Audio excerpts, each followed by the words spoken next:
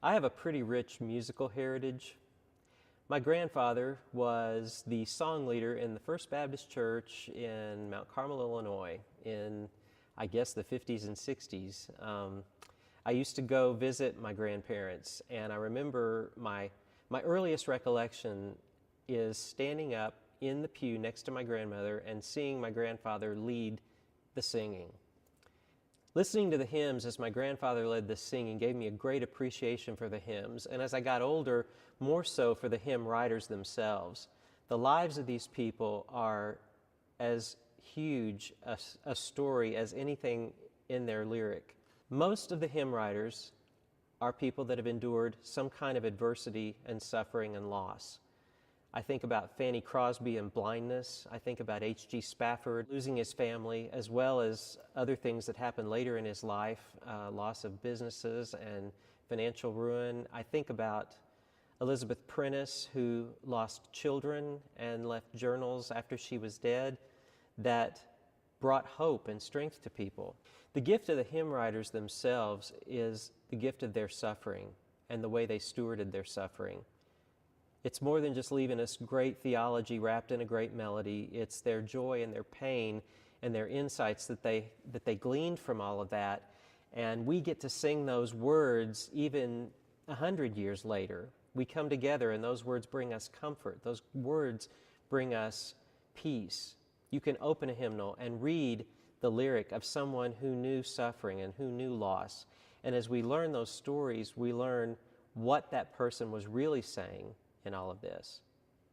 Fanny Crosby used a ton of visual metaphors in her writing, in her hymnody. Fanny was blind. Her hope was always about seeing Jesus, seeing things, experiencing stumbling, experiencing places to put my feet. And if you look at her lyric, that's always present in her story. I was home one day and I got a call from my publisher. I was a staff writer, and when your publisher calls, you never know what that means. He said, I have good news. In the music business, that could mean you have a million seller, or it could mean you get a free Baja Burrito coupon courtesy of your publisher. So today happened to be really good news. He said, are you sitting down? And I said, sure. He said, well, guess what? You're a hymn writer. Wow, I'm not even dead. He said, yeah, imagine. He said, the Methodists are putting out a new hymnal and you've got a song in it. Cool. The irony was that I wasn't stewarding my suffering particularly well at that point. I wasn't thinking of myself as a hymn writer, and I wasn't thinking of myself as having a gift of suffering to share with the world. But I hung up the phone and I went across the hall and I told my wife. Tricia was in bed. Her MS had progressed to a point where she wasn't always getting up. I walk in the bedroom and I said, hey babe, I'm a hymn writer and I'm not even dead. And she looked at me and she said, that is great. I'm so happy for you.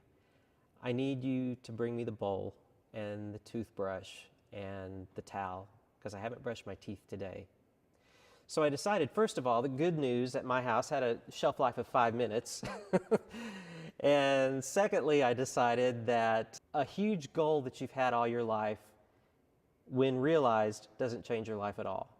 Things didn't change much between the time I was discovered as a hymn writer and the time that I had to stand and hold the bowl. But I did realize that both my life goal of music and the mundane were both an act of worship. Part of the irony of that period of my time with Tricia was that I was also drinking at her disease, and I wasn't in a place where I was ready to admit that I had a problem. I was a hymn writer, I was experiencing suffering, but I wasn't stewarding it. And finally, I told some friends about my problem, and they took me to a place where I could get help. I still don't think I stewarded my suffering extremely well. I think that when they came to get me, it was like the people cutting a hole in the roof to let their friend down to meet Jesus.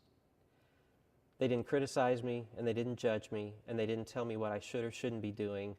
They just picked me up and cut a hole and put me down in it so that I could see Jesus.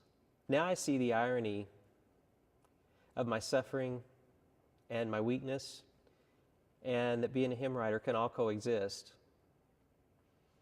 I feel like stewarding my suffering now is bringing encouragement and strength and hope to people who forgot that there is. And I can do that with music. I can do that with my story. I can do that with the way I live my life. I look back at people like H.G. Spafford, who lost their families, and yet can say, it is well with my soul. And Fanny Crosby, as blind, can look and say, all the way my Savior leads me, and know what they meant. I hope that I can convey those kinds of messages in what God's given me to say.